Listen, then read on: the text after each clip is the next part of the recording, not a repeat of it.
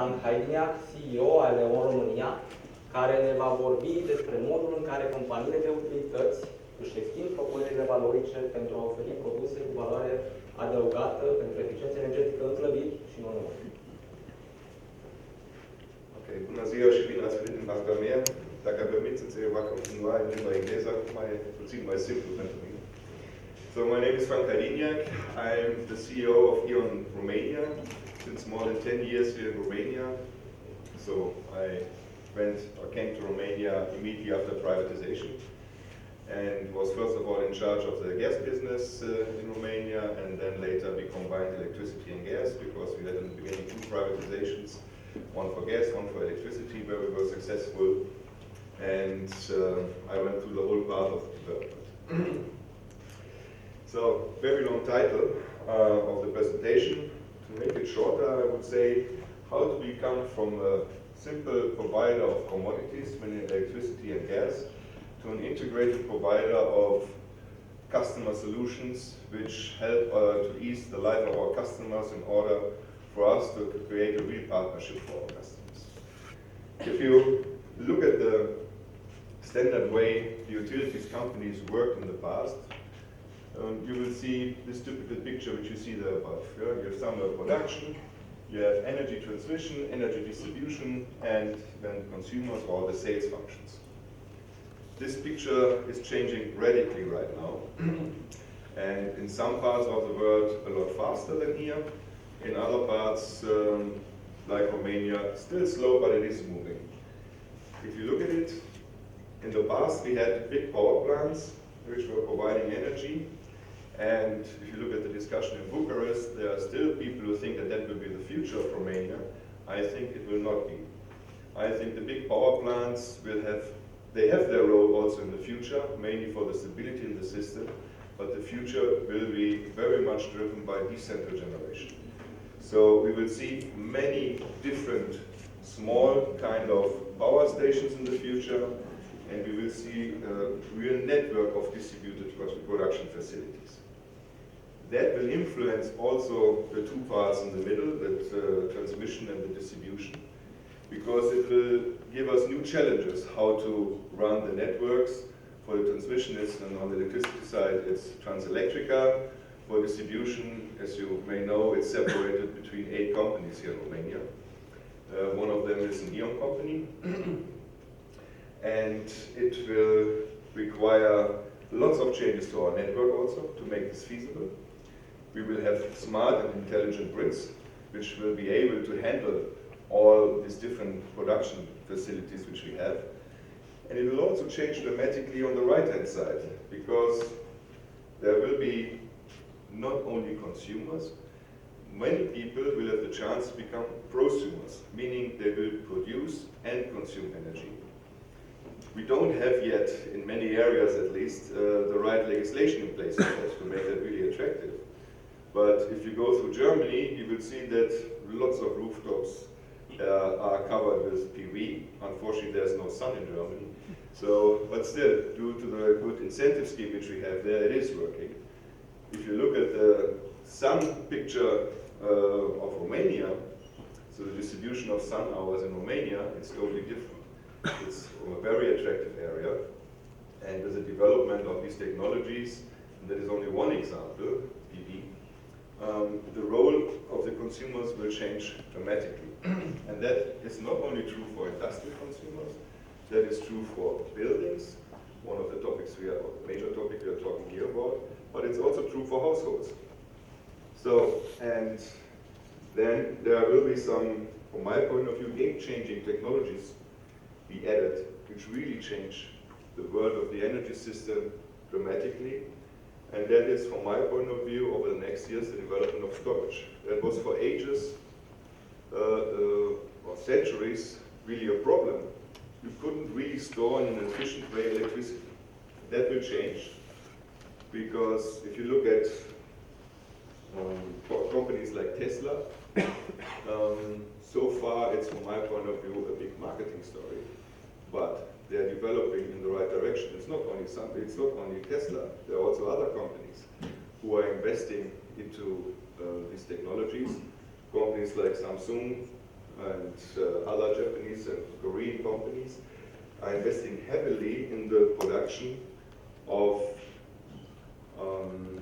batteries which can be used either for balancing of the whole system, so we're talking about bigger batteries, or for small installations, which could be even interesting in the future, starting from the households, more likely or most likely will happen earlier for industrial consumers.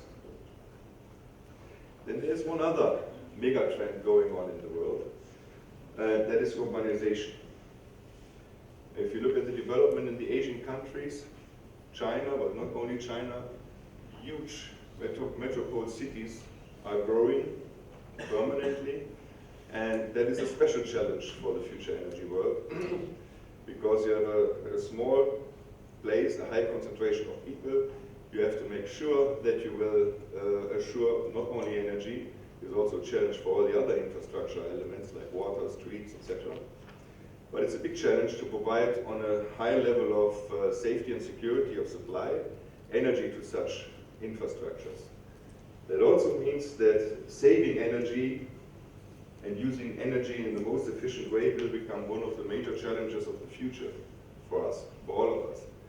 Now you may ask, well, why are energy companies interested in that? I think it's really simple, because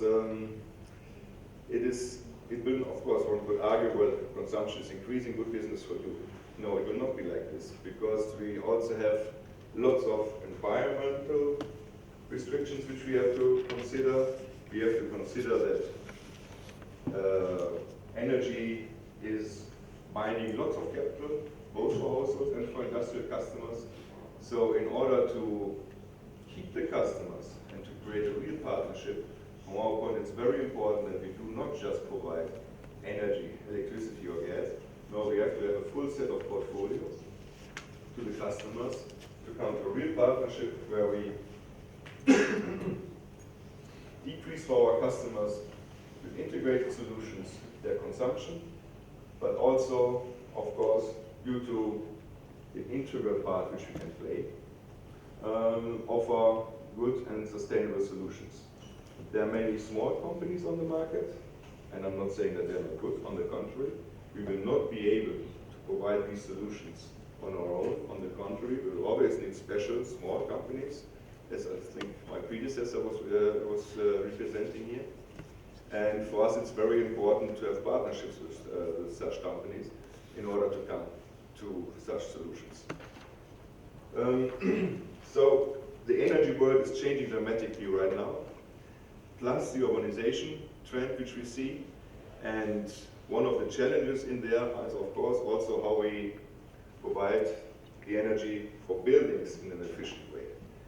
Again, the old traditional way would have been, okay, we build an even bigger cable or pipeline and everything is fine, but that will not work in the future. On the contrary, we have to look together with our customers to proper solutions there. If you look at the statistics right now, if you exclude the production, right now I think 48% of the energy is already consumed by buildings. There are predictions by the United Nations that in a few years 40% of the overall energy consumption will be used by buildings only. That is the biggest part of the energy which we are consuming. So there's a huge task to do, which you all have to do also in terms of corporate responsibility, because we are not alone, and our carbon footprint is still very bad. So it's a challenge which we have to tackle together. If you look at this, don't read it. There's too much information on here, but it shows that also the consumers, they are becoming more active. So that's also, of course, a pressure, from my point of view, positive pressure coming towards the traditional energy suppliers, because the consumers expect more from our side. It starts with energy audits, it continues with installations for buildings, and goes up to complete redesign of the electrical infrastructure of manufacturing sites. So the request from our customers to have more consolidated and complicated also, and individual solutions is increasing because of the increasing cost of the energy consumption. I already mentioned that right now 48% of the global energy consumption takes place in buildings, excluding production sites, and as I said, an increasing trend. And it's an operating expense, which is usually for buildings, or if you take a manufacturing site, it's not your key business. So you want to optimize it as much as possible. And therefore, we see a huge market for this coming, for our customers and for us. And therefore, we need to transform our whole energy system and ecosystem, and such to reduce the needs of conventional energy. What can utilities do, the big utility companies? So first of all, we're serving a huge number of customers. E.ON has worldwide, don't let me lie, it's basically in Europe we have, I think, around about 25 million customers, more than 3 million in Romania only, out of which 1.4 electricity customers, 1.5. And so we have lots of experience how to deal with customers, which is not always perfect, I have to admit, but we're trying to improve that. And also it gives us the flexibility to create, let's say, virtual power plants, not necessarily between our household customers, also possible, but for example in building complexes or together with production sites, we are able to balance the energy needs of the different users which we have there, in order again to overall reduce the energy consumption. Safety. One of the challenges we have, especially if you're talking also about renewable energy, is to secure the supply and the safety of the supply. And unfortunately, wind is not always blowing, the sun is not always shining, so it's a challenge also to really provide energy in a sustainable and safe way to our customers, because at the end of the day, yes, we want to save energy, but it also has to be permanently available. We have the possibility to integrate solutions to make sure that this can be achieved. Dynamism. I think it's fair to say that the traditional energy companies are not known for being very dynamic due to the nature of the system as it was in the past. If you remember the first slide, it was all investment decisions were driven by a 20-year business plan. So a power plant for 800 megawatt coal, investment costs were around about 1 billion euro. It is an investment which has to be recovered over time, and of course you cannot recover that in a couple of years. So that means there was a different thinking in the energy world. And that's why I'm also convinced that we cannot do this alone. No, we need small, flexible partners on our side which help us to develop such solutions, and we can integrate all these solutions. And with the know-how we have from providing energy in a sustainable and safe way for our customers, I think it's a perfect combination. I do not believe that the big energy companies will very quickly become the big dynamic companies, because therefore it's too much in our DNA to think in this long-term investment. The structures are too complex, but in combination with small suppliers and using the knowledge we have, as I said, for the integration of all these solutions, I think it's a big advantage. Innovation. Yes, we have, since a long time, innovative functions in our companies, especially also within E.ON. We're collaborating also with different universities, also here in Romania, in order to develop solutions. And that is surely a power which the big utility companies can offer because of the size and the efforts we can put into this. So I'm deeply convinced that if we find the right solution of flexible partners, using our integration role, we can provide to our customers very good solutions in terms of energy saving, in terms of energy safety, and energy security for our customers. If we have a look at Romania in specific, there is still a huge backlog in regulations and laws in order to provide all the solutions which are available. Yes, you can do it in certain areas, but in other areas the required legislation is still lagging behind. We are working on that, because if you make a pure investment rentability analysis, there are still many energy efficiency solutions which are not sustainable on its own if you look at it from a pure investment point. And apart from other reasons like corporate responsibility or social responsibility, of course investors have to look also for rentability of their investments. That is true for a building owner, that is true for a manufacturing site. Therefore, we need the right regulations and also stimulations in place in order to be able to install the solutions. And I know that not only in Romania, but also in Romania are complaining, the people are complaining about too high energy prices, which is generally not wrong. But if you make a comparison, in Germany we're talking about 300 euros for 1 megawatt hour. Final price to the customer. In Romania it's roughly 100. So, of course, energy solutions which have to tackle 300 euros are much easier in a rentable area than they are in Romania. And I'm not saying that you should now increase the energy prices to 300 in Romania. I'm just saying that, of course, if you want to have a return on your investment, being in an energy company or being an investor, it is more difficult to implement these solutions, and you need more support in order to make it rentable from an investment point of view. Anyway, I think it's the right way in the future, and we are on the right track, also here in Romania.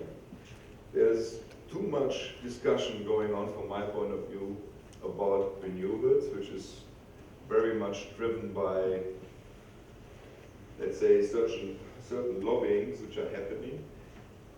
Yes, for renewables in Romania, the support scheme was much too generous, but now it's the other way around. You're almost killing the renewable energy development. And if you would think about the future of our society and of our children, I'm sure we also have to do something for renewable energies. So I think we have to find the right balance here again. And if you look at the charges which are added to the invoice because of the renewable energy, it is rather low. And it's a rather low percentage, but it's very emotionally driven. And if you think about some developments I mentioned earlier, for example, PV and storage, this will also cost money. There will have to be some sort of support system in place. It's also at the end of the day really a question, do we want to continue in the way we did it, with all the environmental implications it has for our society, for us, for our children, or do we want to do something for the future and do we want to invest in that? But that will not come, at this point in time at least, with zero price, because the technologies are advancing rapidly, but they're not yet on a level that they are working from a financial point of view without additional financial support. So green energy is great, and I'm fully supported and fully behind it, but it comes for a price, unfortunately. And I'm not saying that we should do the same mistake as we did 2 years ago when the new renewable scheme was put into production, where Romania had the highest support scheme in Europe. That was over the top. But we have to have the right system in place which allows the development of these technologies and also to save and protect our environment. We have other things, of course, analytic powers, which we can offer, again, usually with partners, innovation at high speed, and strong strategic partnerships. Strong strategic partnerships, there are different possibilities. That could either be really a strategic partnership, but it could also be a partnership which we go for certain market segments, and then to play our role as the integrator and providing the safe and sustainable and secure energy supply. I think this is already what I wanted to tell you. It's a great company. We're trying to do the best for this country. Of course, we also want to earn money, and but we are really behind this, and also in the solution development for our customers. And we are deeply convinced that this is the future of the energy business. We can easily be replaced as a provider of energy and gas. There will always be somebody who can offer it a few $1 cheaper than we can. That is not the future. Our strength is the integration and the financial possibilities which we can offer in order to offer such an integrated solution to our customers. Thank you very much. If you have questions.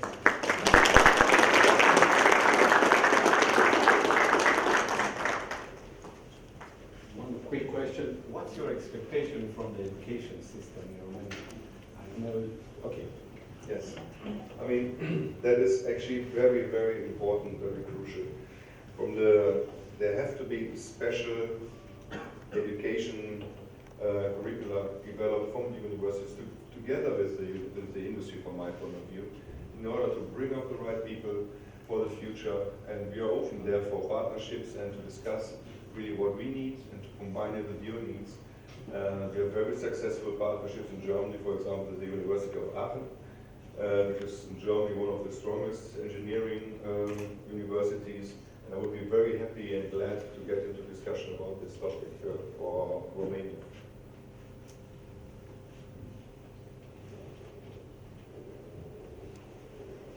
No more questions. Thank you very much. Unfortunately, I have to leave because I've got at 1 o'clock and Aga into Rumolish, so I have to rush a little bit, but I wish you lots of fun and success here with your great event, and I hope you have many interesting speeches and will brighten your vision of the future of the energy supply in Romania and of green buildings. Thank you very much. Mulțumim domnului Hajdinjak. În continuare, îl invităm din partea Philips România pe domnul Bogdan Lupu, manager al Philips University pentru Europa Centrală și de Est, care ne va vorbi despre inovație în clădirile publice dinamice, cum sunt școlile și universitățile.